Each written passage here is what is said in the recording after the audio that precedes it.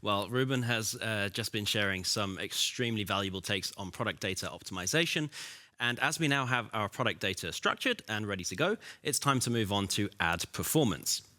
Now, for years, digital marketeers have chased one metric above all else, ROAS. But what if I told you the very metric we've been optimizing for might be leaving money on the table? ROAS, or return on ad spend, has been the undisputed king, guiding our campaigns and dictating our budgets. However, the landscape is changing. Smart marketeers are realizing that revenue alone isn't profit.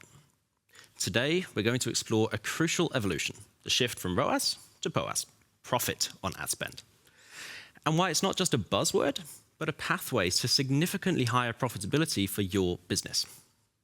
My name's Thomas, and in the next 10 minutes, I'll be walking you through why this shift is happening, its major benefits, and how you can start making more money by focusing on what truly matters, your bottom line. So let's dive into it. So, what exactly is ROAS? Well, simply put, it's your revenue generated for every euro spent on advertising. If you spend 100 euros and make 500 euros back, your ROAS is 5 times, or 500%. For a long time, ROAS was the go-to metric because it's easy to understand, it's easy to track, and directly shows the immediate return on your ad investment. It's fantastic for quick campaign performance checks and scaling revenue.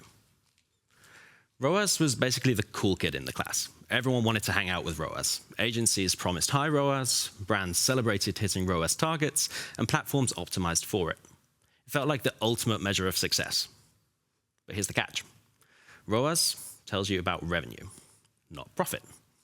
You could have a fantastic ROAS on a product with razor-thin margins and still be losing money. It doesn't account for your actual cost of goods, shipping, or operational overhead. Basically, it's a top-line metric in a bottom-line world. Now, this is where POAS, or profit on ad spend, enters the scene. POAS takes ROAS a step further by factoring in all your costs associated with the sale, your cost of goods sold, shipping, transaction fees, even returns. It's about understanding your true profit margin per conversion. Now, agencies and advertisers are slowly starting to realize this. So why is this shift happening? Well, as ad costs rise and competition intensifies, simply driving revenue isn't enough. Businesses need to be smarter about where every euro goes. C-suites and finance departments are also demanding a clearer picture of profitability from marketing efforts, not just top-line growth. At the moment, we live in a world where ad costs are reaching levels that we've never seen before, and competitiveness is genuinely fierce. New platforms are swooping in and increasing CPCs across all sectors, so this is the ideal time to be looking towards profit optimization. Now, the good news is, with modern tools, we now have the ability to integrate cost data and calculate profit at a granular level, which wasn't always feasible. So, what are the true benefits of POAS? Well, optimizing for POAS means that you're directing your ad spend to the products and campaigns that generate the most actual profit, not just the most revenue. You might discover that a campaign with a lower ROAS is actually more profitable because it's selling high-margin items. POAS helps you reallocate budget for maximum financial impact. It also fosters sustainable long-term growth by ensuring every marketing euro contributes positively to your net income. And now you might be thinking, okay, well, this sounds complex, but this is where Channable becomes incredibly powerful. With Channable, you can easily import your cost data, whether it's cost of goods sold, shipping, or even product-specific margins, and integrate it directly into your feed management. This means you can calculate POAS for every single product or category, and then use that data to optimize your bids and campaigns directly within your ad platforms. It basically transforms a complex calculation into an actionable strategy, making this switch to a profit-first approach surprisingly straightforward.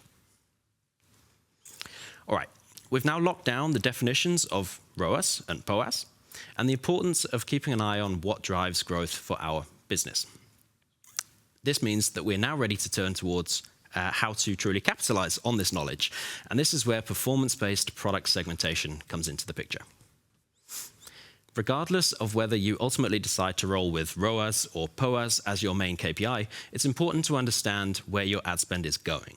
And this is why product segmentation is so important. You see, a lot of e-commerce businesses don't actually have a clue which products are the most important to be pushing their budgets towards, which means they risk burning through money which could be working for them. Now, by starting to work with automated product segmentation based on ad performance, you can get a strong understanding of exactly which of your products are your top performers and are therefore worthy of receiving the majority of your ad spend. And be sure that those high-performing products are always in the right campaign. Now, if you are managing to properly automate your product segmentation, you will be able to reallocate your budgets towards the highest performing products and have all the right tools to boost your bottom line. Now, Channable can help you automate this performance-based product segmentation. Feel free to check that out. You will always have certain products that really outperform anything else. And it's, of course, very important to put a lot of focus on those products. I do, however, also want to quickly highlight that although product segmentation will get you a long way, it's not the Holy Grail. It's important to also consider your loss leaders, as they can be equally important. We can go back to the example from before of the online supermarket for a moment. Most online supermarkets don't make any money on selling milk, but they know that they would lose a lot of clients if they stopped selling it. Now, even though they are making the highest profit on the coffee beans in this case, it's important that there's still some kind of budget allocation towards the milk. Just keep this factor in mind. Don't remove all products that don't bring profit without a second thought, because they could be bringing something else. All right, time to tie it all together. While ROAS has served us well, the future of digital marketing profitability lies in POAS. It's about moving beyond just revenue and focusing on what truly impacts your business's health, your profit. If you take 3 things away from this session, let it be these 3 things. Optimizing purely for ROAS may mean that you're backing the products that don't make you any money. Optimizing for POAS guarantees that you're getting the most out of your ad spend. And you can get started with POAS optimization today with a low-maintenance solution like Channable. I also just want to put an important disclaimer out there and highlight that I'm not saying that ROAS is a completely useless metric. It does still have its uses.